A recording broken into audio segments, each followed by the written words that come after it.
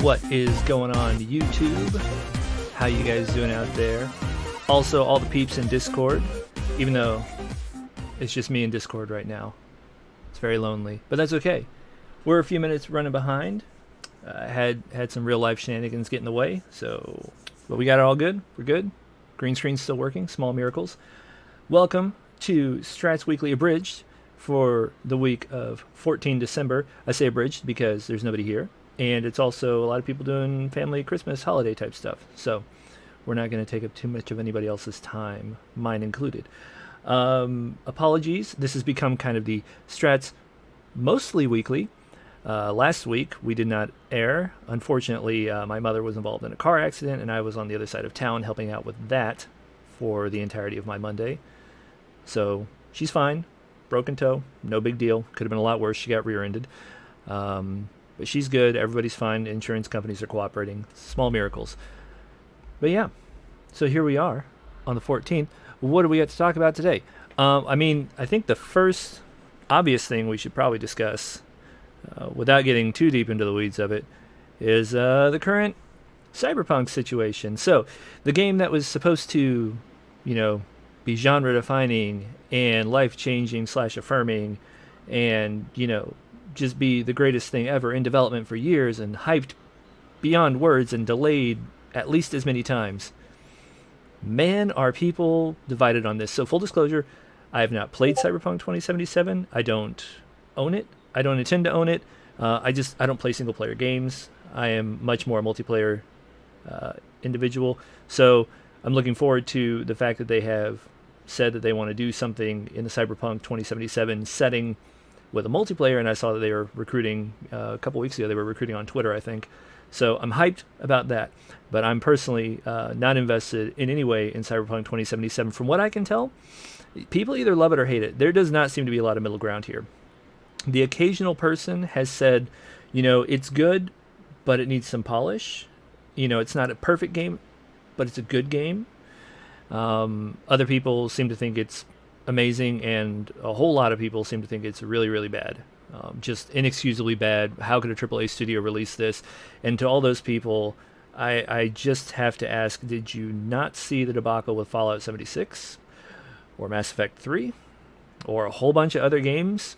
I mean, it's become kind of the norm for extremely buggy things to come out, even after delays, and just be what they are. Anthem, another great example. No Man's Sky. There's been a few where the hype was very large and the delivery was not so much, at least in some people's opinions. What I do know is we've got a bunch of people in the community that seem to be really enjoying themselves. The Cyberpunk channel is currently empty because everybody's eating dinner, I suppose, right now, or spending time with family. I know at least a couple people are out of town. One person even took his entire gaming rig across the Great White North to his parents' place so he could keep playing Cyberpunk, and that's what he's doing currently right now, but not in voice because at his family's house. Kind of rude. But I would say it seems like, to me, just looking from the outside, seems like not a terrible game. Is it everything it was all hyped up to be? No. But, that's the hype train, always and forever. Like, people get super hyped, and they pre-order, and their expectations are just miles high, and then, you get what we currently have, which is, by all counts, or by most counts, not a terrible game, just bug-ridden, and really not in the state that it should have been released. Which is unfortunate, because CD Projekt Red really has done, I think, more than a lot of other studios. You could take the low-hanging fruit like Ubisoft and EA, and Bethesda for turning out games that are, maybe not ready to be out yet. Maybe could have used a few extra months in the oven. Maybe not had all your people working mad overtime, crunching and such, as it were. So it's unfortunate that it is. What I do appreciate, though, is that they have gone so far as to issue a statement. This came out late last night or late yesterday. But basically, they're committed to fixing the problems. They're not abandoning the game by any stretch. They've got a lot invested in it. They want to see the project come to its full, potential, but they concede, especially with regard to consoles and last generation, the PS4 and the Xbox One, that is just not there by any stretch. Optimization, and people are very upset that they felt like the company was disingenuous with revealing what it actually looked like on those systems, how it actually performed, and it just needs a ton more polish and optimization on top of the bug fixes that are required even for, high-end PCs that can, overcome the, I don't want to say unoptimized, but the less optimized fidelity of it. So I appreciate that what they've done is they basically said, hey, here's our plan for fixing things. This is the roadmap. There's going to be 2 big patches. There's one in January, one in February planned. And that's going to address a lot of the problems. But if you don't want to wait for those patches, we'll give you a refund. If you can't get it through your actual store, wherever retailer you bought it from, digital or otherwise, they said, reach out to us. They've set up a email specifically for this. It is, what do they call it? helpmerefund@cdprojectred.com. If you can't get the retailer to do the refund, they're willing to help out. They're willing to work with and try and reach a resolution because they are not happy that customers aren't happy, and I think that's appropriate. And I think that also shows. Last week, I believe they retracted what was originally the bonus incentive plan for CD Projekt Red employees. If the Metacritic score had to be at least, I think, a 90 is what it was, in order for certain bonuses to pay out. And these bonuses were based on some sort of system where managers of different teams could, disseminate some sort of token or some indication that this person is entitled to a bonus if we, hit whatever performance metrics that we're saying we want to hit. In this case, I think, like I said, 90% on Metacritic or something like that, which last I looked yesterday, they still had 90% on Metacritic. But they have come out, management has come out and said, you know what, this is wildly inappropriate, especially given the situation, the reception that we're having. So they have retracted that. They will be paying out those bonuses regardless of what the reviews end up saying, which I guess is nice. I think it's a little bit awkward, though. I mean, not even awkward. It's not the right word. It's strange that they would, have all this crunch, because they've been crunching for a while now. Allegations that they've been crunching, back well into 2019 and maybe even before that. They've had all this crunch, which is like, long 6-day work weeks. And you've got people who are really willing to put themselves like through the ringer for these, to make sure that the game hits these certain, performance expectations. You've got them working for these little bonuses, and then, well, I say little bonuses. I don't know how big the bonuses are, but you get them bending over backwards for these bonuses. And now they're like, oh, well, we'll pay them out anyways. So would the people who really bent themselves over backwards, would they maybe have bent themselves over backwards quite as hard had they know that was going to be a retraction? I don't know. It seems really weird. I think the entire system of like, oh, did you give up the most personal time? Cool, we'll give you a bonus, should be replaced with, just paying the people. Better planning, not having a system where you have to work, long 6-day weeks. I don't know. It's an interesting situation, to say the least. But I am happy that there are people out there who are enjoying it. Like I said, I don't have a dog in the fight because I don't own it. I don't plan to own it. I would like it to be, the problems that are out there with it to be resolved, because it is a really cool looking setting from what I've seen, outside of, bugs where you try to jump in a window and get shot 200 meters back and fall through the floor, and cars driving through walls and all manner of other things. I would really enjoy playing in that setting in a multiplayer game. So I hope that they can bounce back from this. I hope they can learn whatever lessons they need to learn at whatever levels need to be learned, particularly at the executive level, it seems, so that they can make better decisions moving forward. and give us a good multiplayer as well, because that's what I would love to see personally. And obviously, they need to do right by the people who've already paid in. I think offering refunds is the first real step I've seen in trying to do right. I mean, they made a bunch of delays and they finally committed, like, no, we're not going to delay anymore. And then maybe you should have delayed anyhow. Maybe you shouldn't have just been stepping it back a couple weeks at a time. You should have just like ripped that band-aid off and been like, look, she needs another year in the oven. There's just no getting around it. It's not ready for last gen consoles. So that's unfortunate. Outside of Cyberpunk 2077, though, some of the games being played right now in the community. Ooh, Season of Warp started last week in actually a day before Cyberpunk 2077's release. The Season of Warp Surge started in Warhammer 40k Inquisitor Martyr and Prophecy, if you have the expansion, or if you only have the expansion, which is possible since it's standalone. For those who don't know, Warhammer 40k Inquisitor is a top-down Diablo-esque ARPG set in the 40k universe where you play as an Inquisitor and you're out there, burning the heretics and purging the enemies of the Emperor. Whole ton of balance changes. Whole lot of new mechanics. There's tons of little warp things that happen now. Lots of new swanky gear. Unique stuff that can only drop during the season with all kinds of really crazy things like, look at this. Where is it? 30 to 40% chance on kill to gain an inoculator charge. Those are...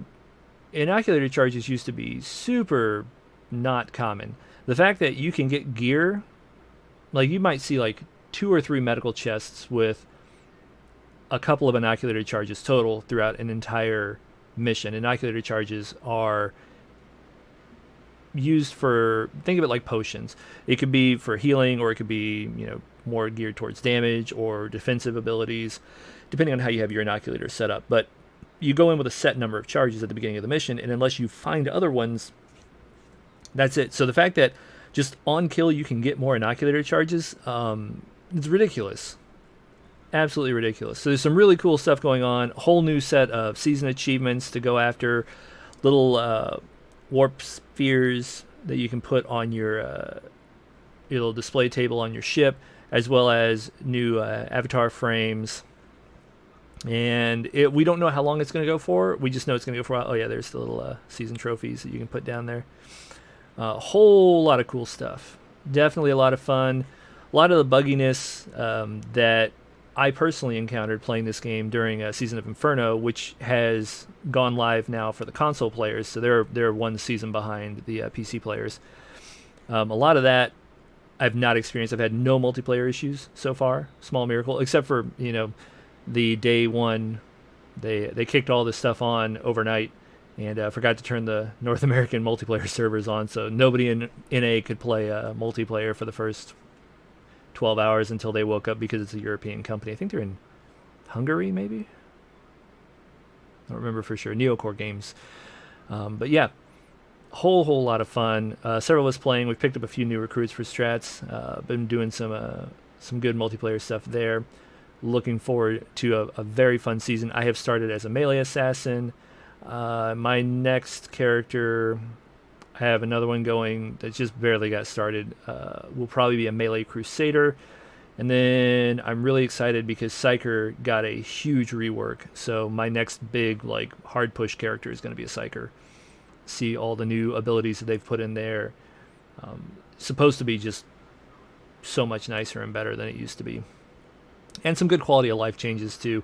Extra stash tabs for us, as well as they finally took the nerf bat to Berserker, which it just needed it. Berserker was completely overpowered. It carried. You could run almost any build if you had a Berserker set up and just do hilarious damage on any difficulty, and also be just incredibly durable. There was a whole lot of I'm killing so hard that I'm gaining defensive bonuses, and they mitigated a lot of that.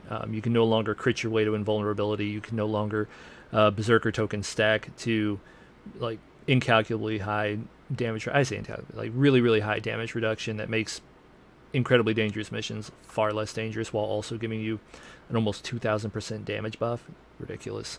So they brought some of that power creep back in line and spread it out into some other locations. So I think it's a really healthy balance where we're at right now. It's not perfect, obviously, but for only their second season and their second seasonal pass at balance, I think a lot of positive things happened. So I'm pretty excited. Assassin got a little bit of love. They didn't kill it. They changed things that I didn't like with my favorite. They took my favorite melee weapon for Assassin and did it wrong, in my opinion. They just brought some things and they made good changes with it, but it's not as good as some of the other options anymore. So my arc blades are forever gone. I probably won't ever run them. They gave them some armor breaking, which is great because they really lacked that, but they took away a lot of its CC and its AoE potential. Well, they shifted some of its AoE potential to be less bursty and more over time, and they didn't address the movement restrictions that particular weapon set had. So it is what it is. I won't get to play with that much more anymore. And the other game that everybody is obviously been playing is World of Warcraft Shadowlands. A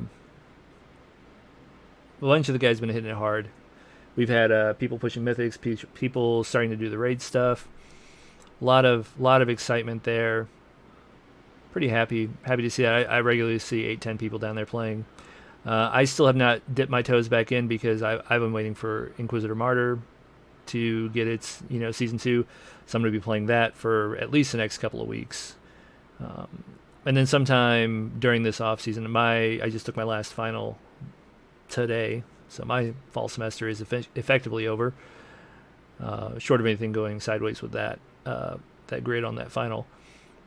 So, having finished that, I don't have any more school stuff for the next several weeks. So sometime probably in January, I'll dip my toes into Shadowlands and have a look-see before my current WoW subscription runs out. I don't know if I'm going to be renewing it yet. We'll see how it goes, and we'll see how much Inquisitor keeps my attention. And if I get any swanky games for Christmas, if I get anything new and shiny for Christmas, I don't know.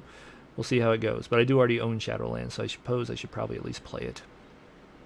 It is what it is. Well, yeah, that's pretty much what's going on here in Strats. We will be having, for sure next week, we will have a weekly next week, barring something going completely sideways. The 28th is up in the air. We might take that week off because I just anticipate, much like today, everybody's going to be busy with family stuff. And especially if next week, similar situation where I am the lonesome auth doing the Strats Weekly, then we'll definitely take the 28th off and we'll be back in the new year. I hope everybody is staying safe out there. Enjoy your holidays whenever you get that time off. I hope you get that time off. Enjoy it with your family. I hope you behaved well enough to get some good stuff from Santa. And we'll see you guys next week. Take it easy.